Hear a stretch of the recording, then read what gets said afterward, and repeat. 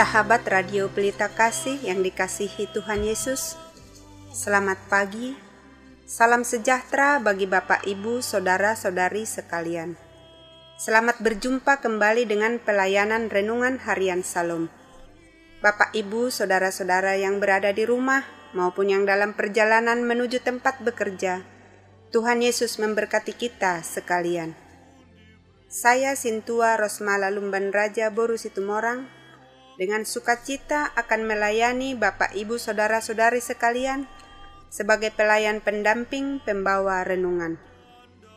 Renungan pada pagi hari ini dibawakan oleh Amang Sintua B. Siregar dari HKBP Kernolong, Resort, Jakarta. Baiklah, kita awali ibadah pagi ini dengan doa yang dibawakan oleh pembawa renungan.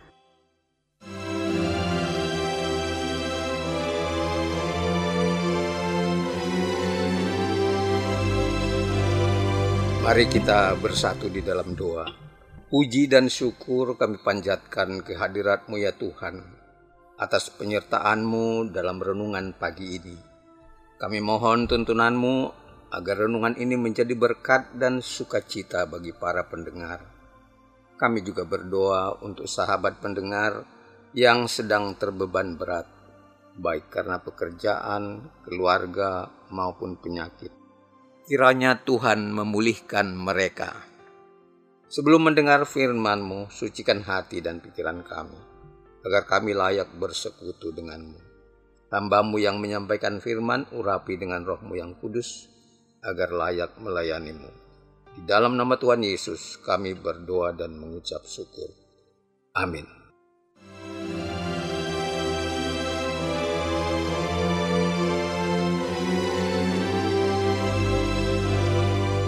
Sahabat Radio Pelita Kasih yang dikasihi Tuhan, renungan pada pagi hari ini tertulis dalam Kitab Ibrani pasal 12, dimulai dari ayat 4 hingga ayat 11. Ibrani pasal 12, dimulai dari ayat 4 hingga ayat 11.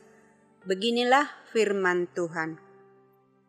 Dalam pergumulan kamu melawan dosa, kamu belum sampai mencucurkan darah. Dan sudah lupakah kamu akan nasihat yang berbicara kepada kamu seperti kepada anak-anak? Hai anakku, janganlah anggap enteng didikan Tuhan, dan janganlah putus asa apabila engkau diperingatkannya. Karena Tuhan menghajar orang yang dikasihinya, dan Ia menyesah orang yang diakuinya sebagai anak. Jika kamu harus menanggung ganjaran, Allah memperlakukan kamu seperti anak. Di manakah terdapat anak yang tidak dihajar oleh ayahnya? Tetapi jikalau kamu bebas dari ganjaran yang harus diderita setiap orang, maka kamu bukanlah anak, tetapi anak-anak gampang. Selanjutnya, dari ayah kita yang sebenarnya, kita beroleh ganjaran, dan mereka kita hormati. Kalau demikian, bukankah kita harus lebih taat kepada Bapa segala roh, supaya kita boleh hidup?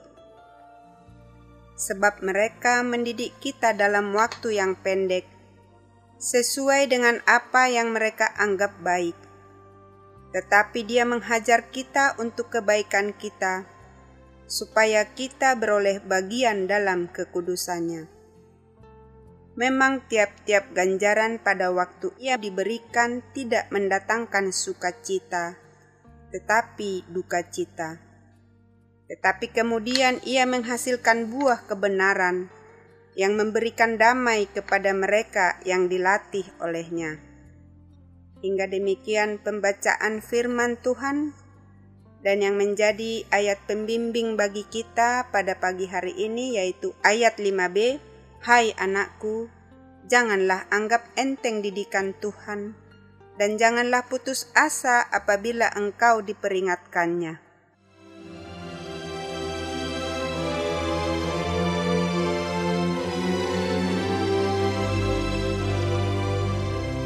Sahabat pendengar yang dikasihi Tuhan, Apakah ciri dari orang yang disebut sebagai anak-anak Tuhan?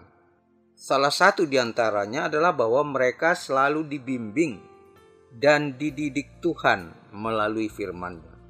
Dan lebih jauh lagi, Tuhan memperkenankan mereka mengalami penderitaan demi menguatkan iman mereka. Kalau seorang bapa dalam mendidik anak-anaknya bisa menggunakan berbagai cara agar mereka bertumbuh dan berkembang optimal.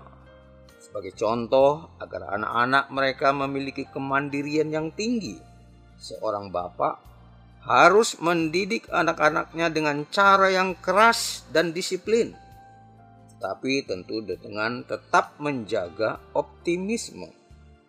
Begitu pula halnya dengan Tuhan.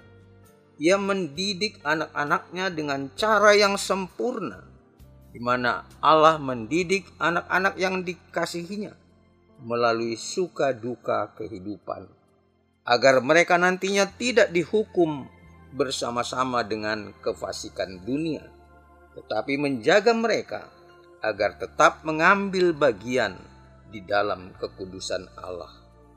Saudara pendengar, Nats Pembimbing hari ini mengedepankan topik tentang pentingnya didikan Tuhan dengan mengangkat dua pokok pikiran yang jadi renungan kita, yaitu yang pertama adalah jangan menganggap enteng didikan Tuhan, dan yang kedua, jangan putus asa bila diperingatkan Tuhan. Marilah kita membahasnya satu persatu. Yang pertama, janganlah menganggap enteng didikan Tuhan. Sahabat pendengar, dalam 1 Korintus 11 ayat 31 dan 32 dikatakan bahwa kalau kita selalu aktif menguji dan mengendalikan diri kita, maka hukuman tidak akan menimpa kita. Dan ketika kita menerima hukuman Tuhan, makna sebenarnya dari hukuman itu adalah bahwa Tuhan sedang mendidik melalui berbagai kesukaran, agar nantinya kita tidak dihukum bersama-sama dengan dunia. Melalui didikan Tuhan, kita sedang dipersiapkan untuk mampu bertahan dalam menghadapi dan memenangkan kesukaran melalui pimpinan Tuhan, asalkan selalu tunduk dan setia pada kehendak-Nya. Nats Pembimbing hari ini mengingatkan agar kita tidak menganggap enteng didikan Tuhan. Kenapa demikian? Karena memang sikap memandang enteng ini berisiko besar untuk mendorong tumbuhnya sikap kesombongan, keangkuhan dalam hidup, dan sikap pembenaran diri. Orang yang memandang enteng didikan Tuhan tidak akan mampu menghargai kebaikan dan jalan keselamatan yang ditawarkan oleh Tuhan. Bahkan bisa jatuh pada sikap yang lebih buruk, yaitu menyepelekan Tuhan. Bisa jadi mereka merasa bahwa pikiran mereka lah yang paling benar, analisa mereka lah yang paling tepat. Tidak jarang mereka memandang berlebihan terhadap kedudukan, jabatan, kewenangan yang dimiliki, dan bahkan mereka merasa sudah sangat cukup untuk menyelesaikan berbagai tantangan hidup yang mereka temui, sehingga firman dan tuntunan Tuhan sering mereka abaikan. Menghadapi kondisi seperti itulah, firman hari ini mengingatkan kita agar selalu waspada dan tidak memandang enteng didikan Tuhan. Dalam kenyataan, tidak sedikit orang yang jatuh dalam penghukuman dan kehinaan karena menganggap enteng firman Tuhan.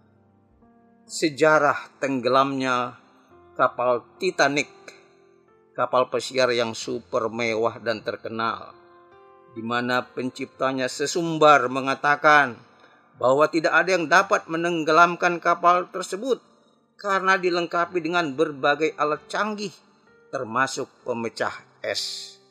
Namun nyatanya kapal tersebut justru kandas setelah menabrak gunung es. Inilah contoh malapetaka yang timbul karena manusia memelihara kesombongan dan keangkuhannya. Ketika kita dihadapkan dengan tantangan hidup dan godaan iman, sikap yang benar adalah menundukkan diri di hadapan Tuhan. Mohon tuntunannya agar masalah dan godaan yang kita hadapi dapat kita lalui sebagai proses didikan Tuhan yang membuat mata rohani kita terbuka untuk mengenal dan memahami apa kehendak Tuhan dari penderitaan yang kita lalui. Dari sejarah para tokoh kitab Perjanjian Lama, kita bisa melihat bagaimana Abraham, Ishak, dan Yakub menjalani proses pendidikan Tuhan melalui kehidupan mereka. Tokoh yang paling gamblang kita lihat adalah Yusuf. Ketika ia dibuang ke sumur yang dalam oleh saudara-saudaranya, nyawanya terancam, tetapi tangan Tuhan menyelamatkannya. Tuhan meninggikan dia dan menghantarnya sampai ke istana raja, dan bahkan kemudian menjadi penyelamat saudara-saudaranya dan bangsa Israel dari musibah kelaparan. Bagian yang kedua, jangan putus asa bila diperingatkan Tuhan. Sahabat pendengar, ada dua cara yang sering dipakai Tuhan dalam mendidik umatnya, yaitu yang pertama diajar dan yang kedua dihajar. Kita diajar ketika kita mau mendengar firman-Nya, merenungkan dan menerapkan dalam hidup sehari-hari.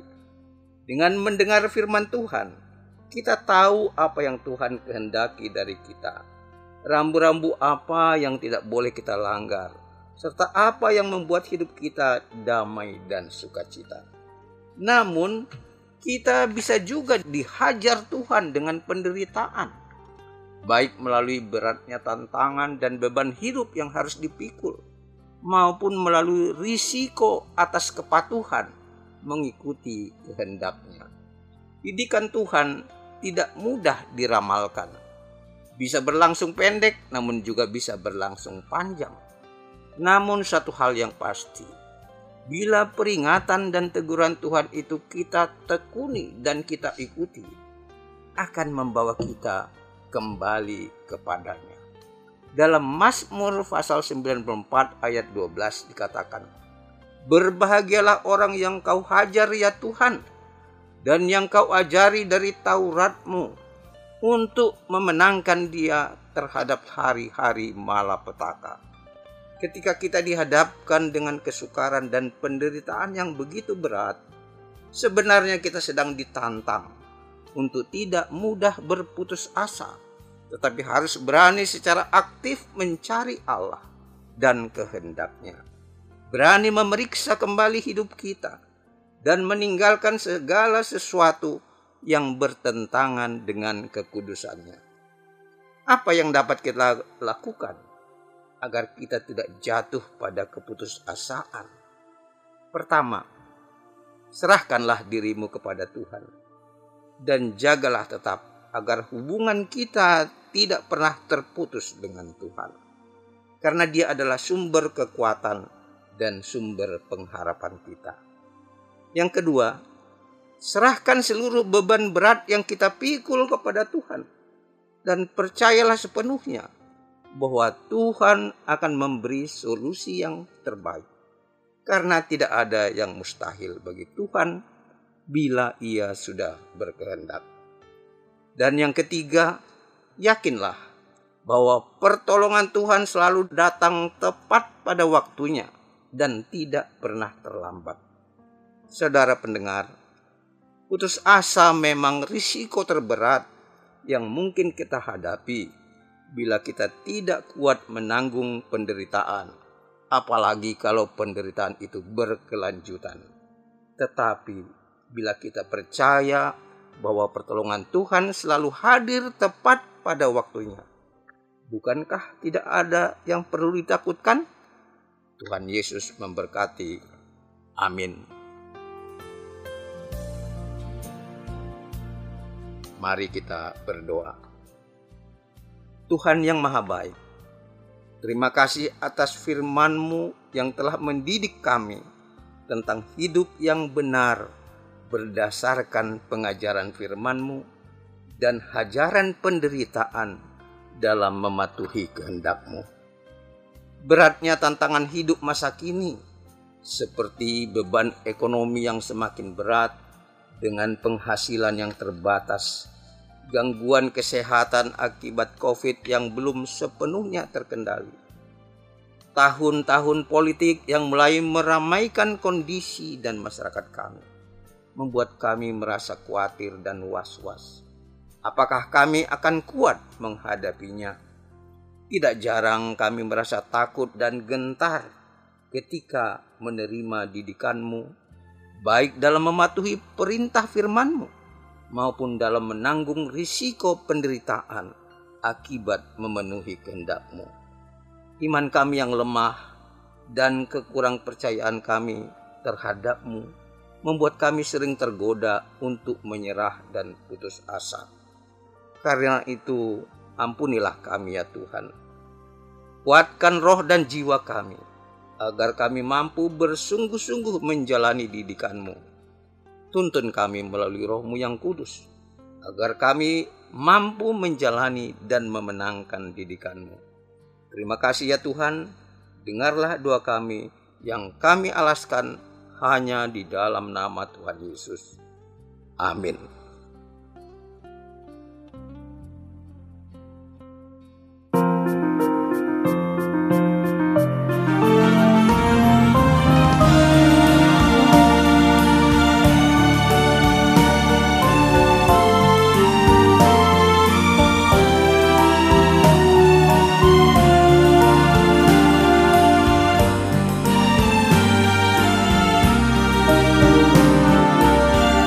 Berjalan